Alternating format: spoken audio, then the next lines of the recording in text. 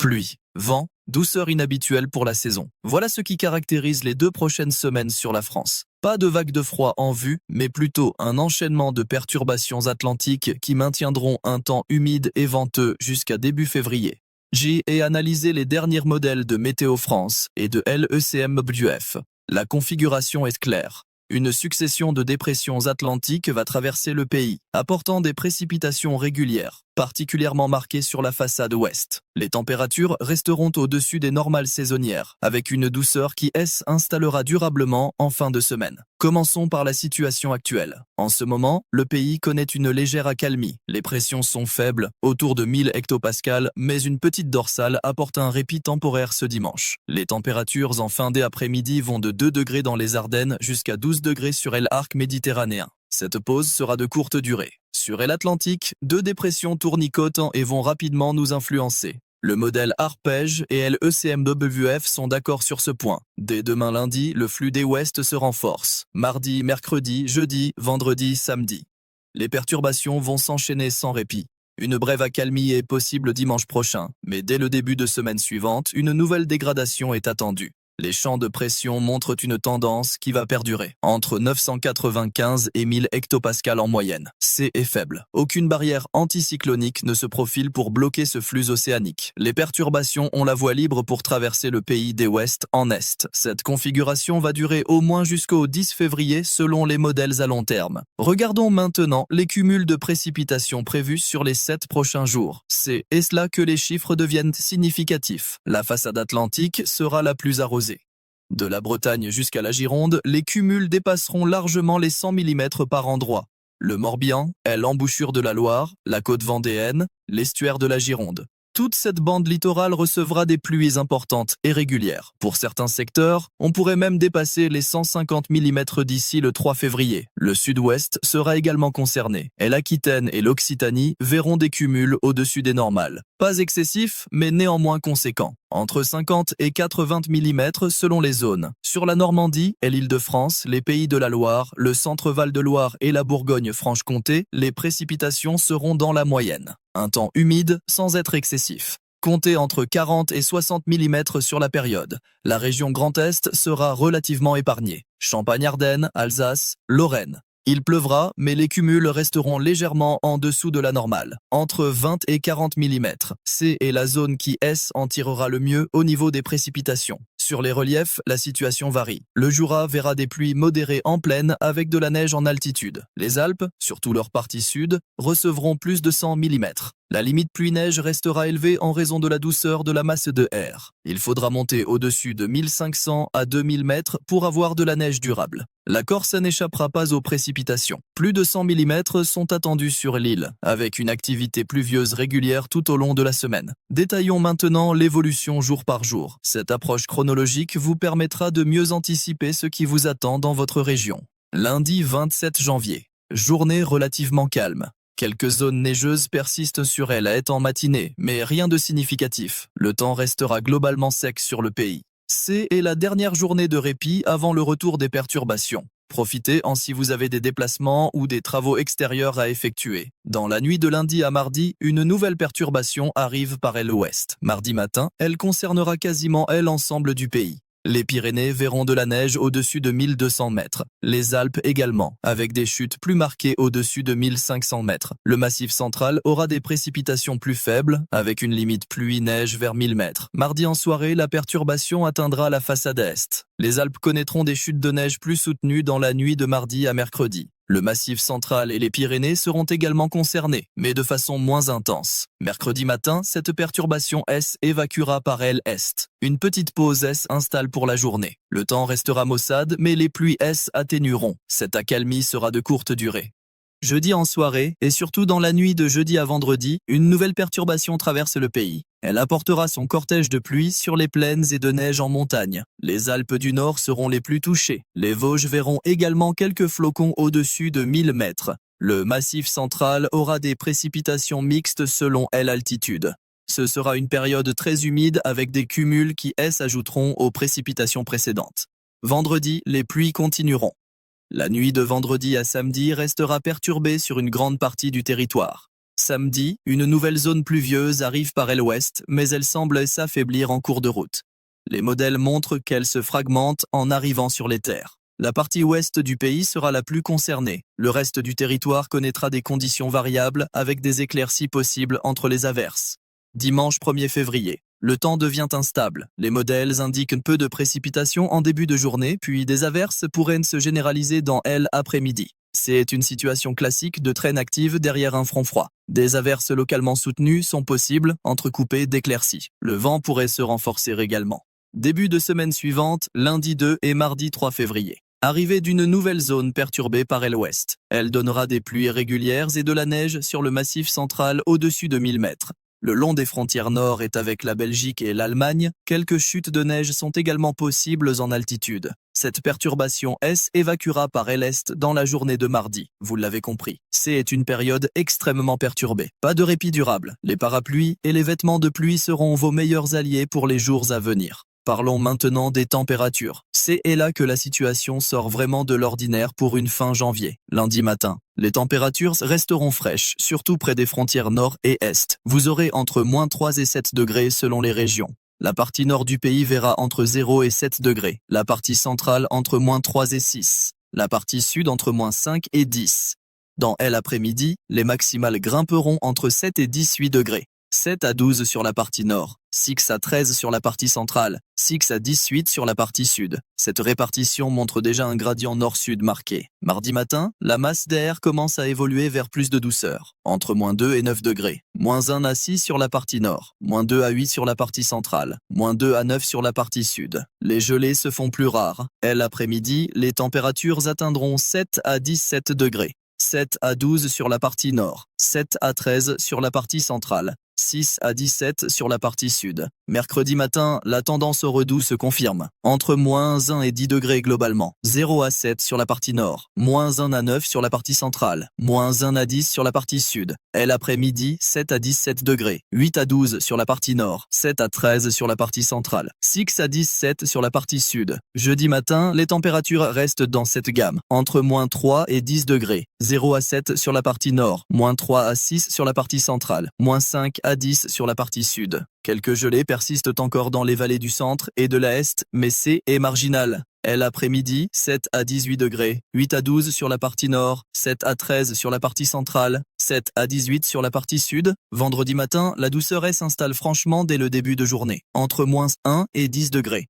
Les gelées deviennent rares, 3 à 7 sur la partie nord, 2 à 8 sur la partie centrale, -1 à 10 sur la partie sud. L'après-midi, 7 à 18 degrés. C'est là que ça devient vraiment doux. 9 à 13 sur la partie nord, 8 à 14 sur la partie centrale, 7 à 18 sur la partie sud. Pour une fin janvier, ces valeurs sont nettement au-dessus des normales. Samedi, la douceur se maintient. Le matin, entre -1 et 10 degrés. 3 à 8 sur la partie nord, 0 à 7 sur la partie centrale, -1 à 10 sur la partie sud. L'après-midi, 5 à 16 degrés, 9 à 12 sur la partie nord, 6 à 12 sur la partie centrale, 5 à 16 sur la partie sud. On reste 2 à 3 degrés au-dessus des normales saisonnières. Cette douceur n'est pas exceptionnelle, vous en avez déjà connu. Mais pour une fin janvier, si est significatif et surtout, si est durable. Pas de coup de froid en vue dans l'immédiat. Les diagrammes de prévision à long terme du modèle GFS montrent des scénarios de froid vraiment limités. La courbe moyenne reste au-dessus de la normale jusqu'au 10 février. Le modèle européen est encore plus tranché. Très peu de scénarios passent en dessous de la courbe rouge des normales saisonnières. En altitude, il y a très peu de froid dès ici le 5 ou 6 février. On est plutôt dans un temps doux pour la saison, autour des normales ou légèrement au-dessus. Quelques scénarios plus froids commencent à apparaître pour le 7 février, mais c'est encore incertain. On y reviendra dans les prochains bulletins. Ce qui est sûr, c'est que les modèles ont revu leur copie ces derniers jours. On est passé d'une perspective hivernale fin janvier début février à un temps doux et humide. La deuxième quinzaine de janvier se termine sur cette note. Un cœur d'hiver placé sous le signe de l'humidité et de la douceur.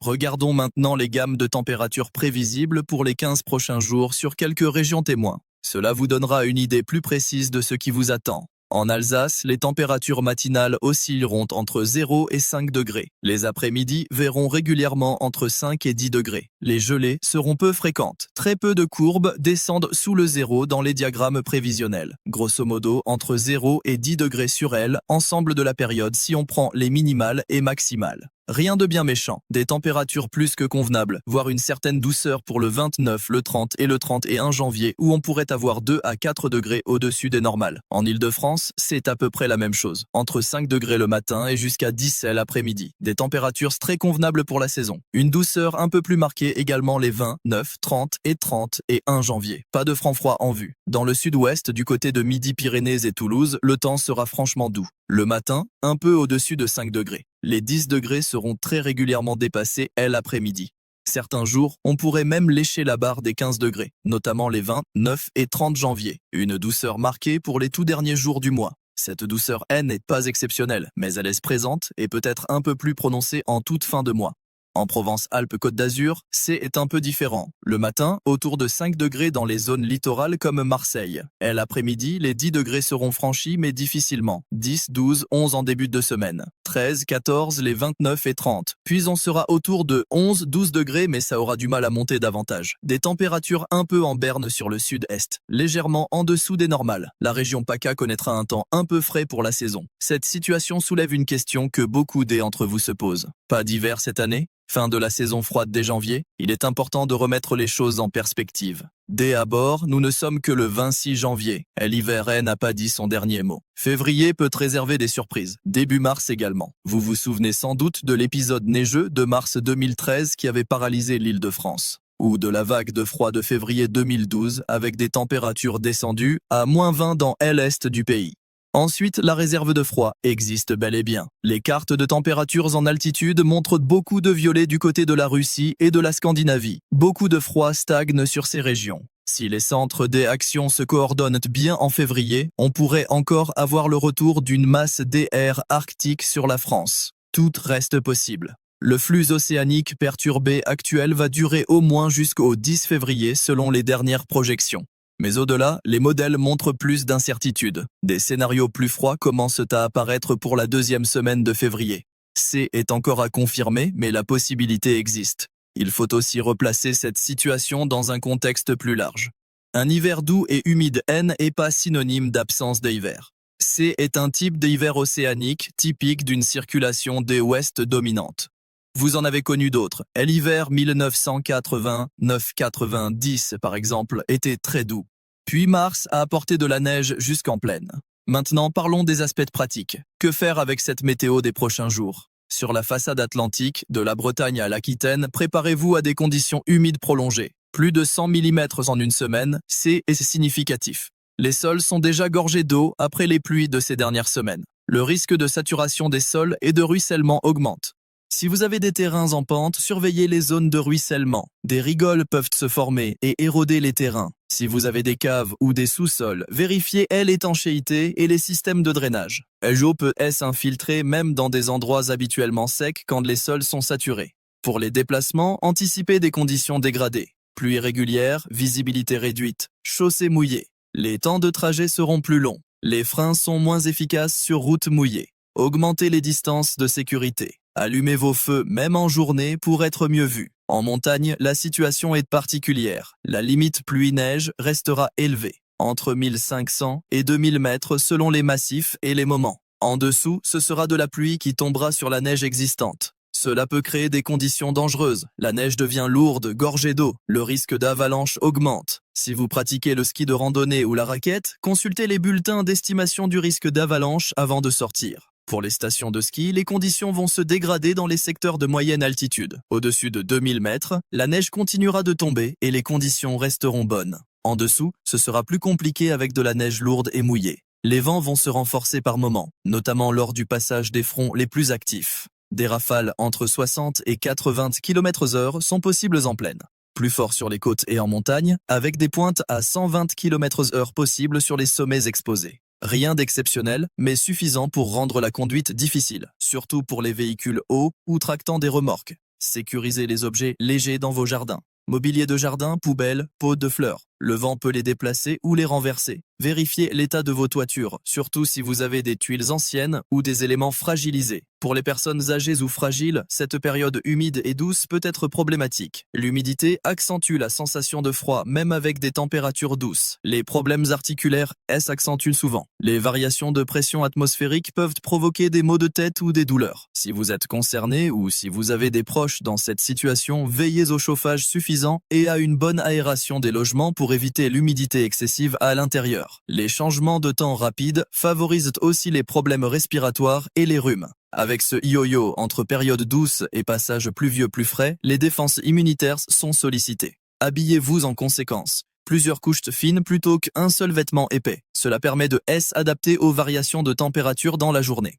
Pour l'agriculture et les jardins, cette période humide et douce a des implications. Les sols restent détrempés. Impossible de travailler la terre sans la compacter. Les engins enfoncent. Si vous avez des travaux agricoles prévus, ils devront attendre. Les semis précoces sont compromis dans les zones les plus arrosées. Pour les cultures en place, l'excès d'eau peut poser problème. Asphyxie racinaire dans les zones mal drainées. Développement de maladies fongiques favorisées par l'humidité. Surveillez vos parcelles et vos cultures sous serre. Côté positif, les nappes phréatiques se rechargent. Après plusieurs années de sécheresse estivale, ces précipitations hivernales sont bénéfiques pour les réserves en eau. Ce N est jamais perdu pour l'été prochain. Un dernier point sur les prévisions à plus long terme. Au-delà du 10 février, l'incertitude augmente. Les modèles divergent davantage. Certains scénarios montrent la poursuite du flux océanique doux et humide. Des autres indiquent un possible changement de configuration avec un blocage anticyclonique et une descente des airs froids. La réserve de froid en Europe de l'Est et en Russie est importante. Si un anticyclone se positionne sur la Scandinavie ou le Groenland, il pourrait rediriger cet air froid vers nos régions. Mais c'est encore trop lointain pour en être certain. Les configurations atmosphériques à 2 ou 3 semaines d'échéance sont difficiles à prévoir avec précision.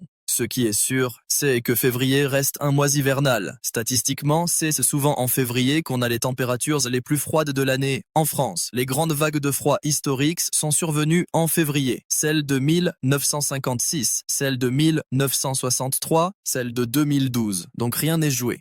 Pour résumer cette période jusqu'au début février, temps humide et venteux, succession de perturbations atlantiques, précipitations importantes sur la façade ouest, plus modérées ailleurs. La région Grand Est relativement épargnée. Température au-dessus des normales, surtout en fin de semaine prochaine, avec une douceur marquée les 29, 30 et 31 janvier. Pas de vague de froid en vue dans l'immédiat. Le flux océanique reste dominant. Quelques conseils pour traverser au mieux cette période. Vêtements imperméables indispensables. Parapluie solide qui résiste au vent. Chaussures étanches. Anticipez vos déplacements. Consultez les prévisions avant de partir. Restez vigilants sur la route. Surveillez les zones susceptibles de inonder chez vous. Prenez soin des personnes fragiles autour de vous. Et n'oubliez pas que l'hiver n'est pas terminé. Cette période douce et humide va passer. Des autres configurations météorologiques suivront. Février nous réserve peut-être encore des surprises. Les modèles à long terme montrent des possibilités de retour du froid après le 10 février. À suivre dans les prochains bulletins. Voilà pour cette analyse des tendances météorologiques jusqu'au début février. Les points clés à retenir. Humidité, douceur, perturbations atlantiques. Pas de froid hivernal imminent, mais février reste un mois à surveiller. La situation évolue jour après jour. Je continuerai à vous tenir informé de l'évolution des modèles et des prévisions. Prenez soin de vous dans cette période humide. Adaptez vos activités en conséquence. Et gardez à l'esprit que le temps qu'on annonce aujourd'hui pour dans 10 ou 15 jours reste indicatif. Les détails se préciseront au fil des jours. C'est toute l'incertitude et aussi tout l'intérêt de la météorologie à long terme.